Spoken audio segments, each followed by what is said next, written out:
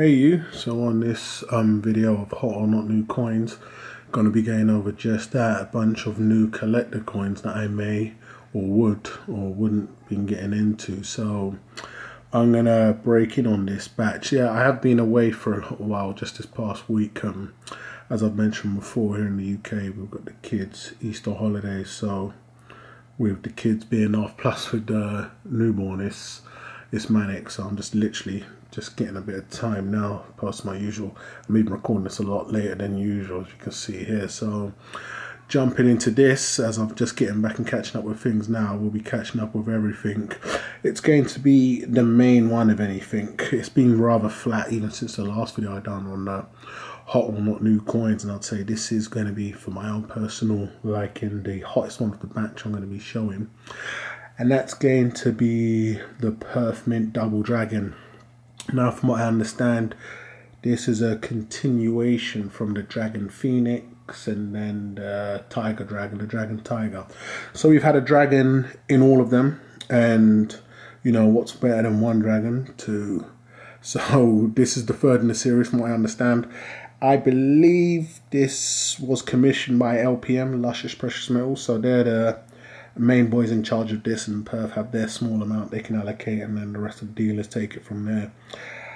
I still think to this date the Dragon Phoenix was the best. You know, they recently brought out the 10 ounce.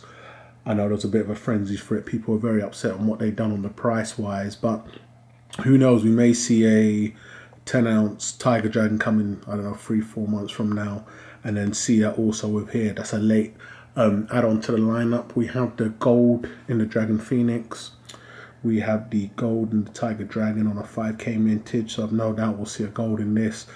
My thoughts and opinions on the coin: it's nice, but it's nothing new. You know, I personally think they would have been better off even stepping out, you know, out of the box and doing something absolutely totally different. I don't know, dragon unicorns.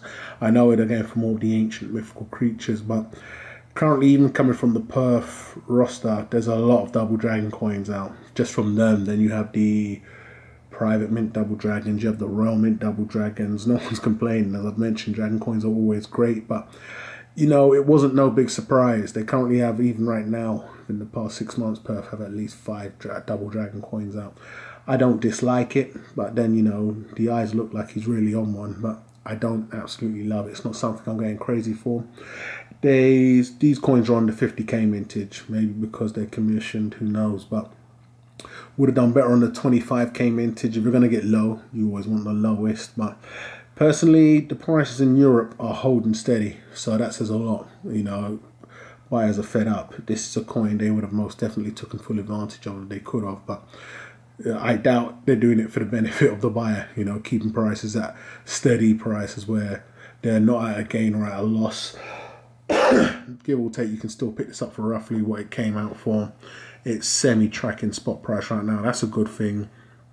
I personally wouldn't bother. I'd still think the best stock is going to be the Dragon Phoenix, the first one in the batch.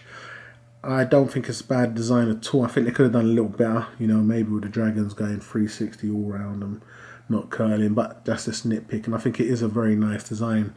Is it going to be, for my own personal opinion here, one that you can pick up now and make a quick buck on the quick flip, and then maybe on the medium flip and the long term flip? It's not looking to be the case, as with the Tiger Dragon, which I thought was a good, and even a good successor and a strong design on both, and that didn't go on to do fantastic, didn't do bad. It was a great continuation of the series. You know, if you pick one up for continuing your set, you know, hats off to you. If you pick one up for flipping potential, let me know how well it done in the comments if you was one of those individuals. But I think as of now, it's one of these series that, as they bring more out, it's great if you're completing a set of them. It's great if you want these creatures on a coin, you know, it's not an ugly looking coin at that. But personally, I don't think there's a lot there when it comes to cowboy flipping, or, you know, just being able to do great magical things with it. Will it do better at a later date? Who knows? There's a lot of dragons out there, and especially from Perth. Their dragons are very distinctive, especially when they're doing them on the 1 ounce. So, you know, it's definitely not a bad coin, but I'm not 50-50. I personally won't be picking this coin up, but there's potential there. But it'd be nice to know if anybody is picking it up and what your thoughts on this is, whether you think it's hot or it's not. But that's my thoughts and opinions on the coin. I definitely see some potential there. Prices are nice, and we don't know where it may go if prices shoot for the roof. So that's going to be the Double Dragon coin. Now, getting onto this, I'm starting to add a lot more of these into these videos, and that's going to be an offering from the Royal Mint, purely because whenever we get something like the 50p's, we get a massive frenzy. And I think the Royal Mint have got the formula right in that they release a lot of their coins. I'd say easily 90% of them come off from the mint themselves, so they don't branch out and ship a load of them off to you know, secondary dealers. So when it's out from the mint, you know, it's technically an eBay race from there, and you'll have a sprinkle of dealers that will have them, but it's not so much like the Perth Mint that really depends on secondary dealers and the likes of. So when Perth Royal Mint have a hit, you know what it is, and a lot of the times I've been asked, you know, how do you know what's a hit and what's not? Well, I done a hot or not on the Wedgwood last time, so you only need to go back and look at that and compare to the last time you saw the Q system on the Royal Mint, and that would have been I think it was the 50p's, and I'm technically an unlimited mintage coin that they still thought the need to do the queuing system for. But they've released this coin. It seems to be the what are we now? It's the 200th anniversary of Queen Victoria. We'll get into seeing whether this is going to be a trend from other mints in a moment, but this is the new coin from the Royal Mint that they've got on the front page. It's definitely not something for me. They have it in a gold and a silver offering. Right here on the gold, I look at the screen, I think this is a mintage of 450. You're looking at about 40 grams of gold on this one, so it's just well, a little over an ounce of gold. So this isn't good or bad. My thoughts on the coin, I view this the same way I view the Wedgwood, but you know, somebody could see something I'm totally missing there, and this can go on to be a fantastic success. I think these are retailing around £2,000 sterling, so it's definitely not something I'd be interested in. Interesting thing once again to note is there's no household limit on a coin like this, so it goes to show Royal Mint really know what they're doing on certain coins, because they know they'll be getting death threats from people that miss out on these. So those same people don't seem to be worrying about this 200th anniversary Queen Victoria coin. If I can get the silver version up, this is it in silver now. It's just the 1 ounce silver. I believe this is on 5k. Once again on the site, no sign of a, you know, minimum per household. Take of it what you want. I didn't look too much into it. I saw it was there. I'm going to be including these coins into the hot or not. 5k mintage, so individuals can see if they're looking at, you know, trying to pick a winning coin on the Royal Mint. Doesn't need to be a 50p. You know, that's a definite hit, no. Or, you know, Royal Mint are constantly releasing coins, and as I'm involved and I really do like the Royal Mint, it's only fair to show these ones that I believe are more of a hit than a miss. But it's nothing I would really pick up. I think there's a lot going on with the coin. It's heavily themed on the Queen, as is the case, and you know, it's just not something I personally don't think is too hot. But if you do, and you pick one up, and if you intend to flip, let me know how it worked out for you, and let me know your thoughts and opinions on this piece here. So getting on to the next coin, we have something Perth tend to do quite a bit, and they're following suit. So this is their rendition, their version of the 200th anniversary of Queen Victoria. We saw the same on the Apollo coins, and this is their gold version.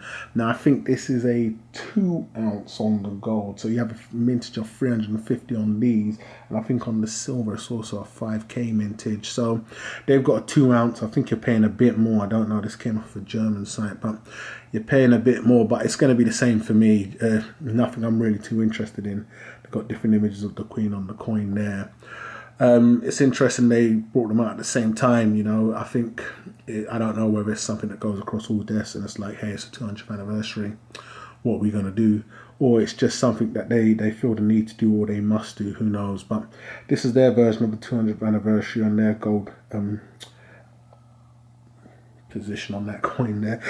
And this is the silver version, so it's identical. And you're looking at a 5k mintage once again from the Perth Mint. Once again, nothing that I'd really be too interested in. It'd be really interesting to see if something like this went on to be a massive hit, but to date I haven't seen that to be the case. We had the longest reigning monarch from the Royal Mint. I had the kilo coin of those that that did cause a bit of a frenzy, but they're I would say at best lukewarm now, so they didn't go on to do fantastic things. We may do a catch up on those coins, but this here, I can't see massive things happening. But once again, if you think there is great opportunity, or you know anybody yourself has done well on these kind of coins, please let me know in the comments. So we have another coin now that I've been asked a few times about, and this is the same as when I done the Scottsdale catching up on the cheetah coin. Oh, let me see now. It's a Leopold V, catching up on these. This is the second in the release of those coins. I done the first one saying it wasn't really for me. You know, when the coin came out, it didn't really end up looking like it did in these computer renditions. So looking at this coin, I actually prefer this over the first one. It does look pretty nice. The little fancy drawn up image version of the coin. As I've got a picture of the raw coin, you can see for yourself how well it looks compared to this image here. But either or, I do prefer this one over the first one. These are coins, as mentioned before, that I really wouldn't have been too heavily involved in. I see these more as foundation coins, and if you're going to be paying a premium for these, you better really know that they're going to go on to do too well. I don't believe a lot of these coins, I'm not sure who minted them, but I don't believe they came with capsules, so they came raw. In that sense, you did pay a slight premium. The mintage on these are 100k as well, so from a European mint that's fairly new to bringing out collector coins, it was a no-no for me straight away. Those are the things that are going to be going through my mind when I'm looking at this coin here.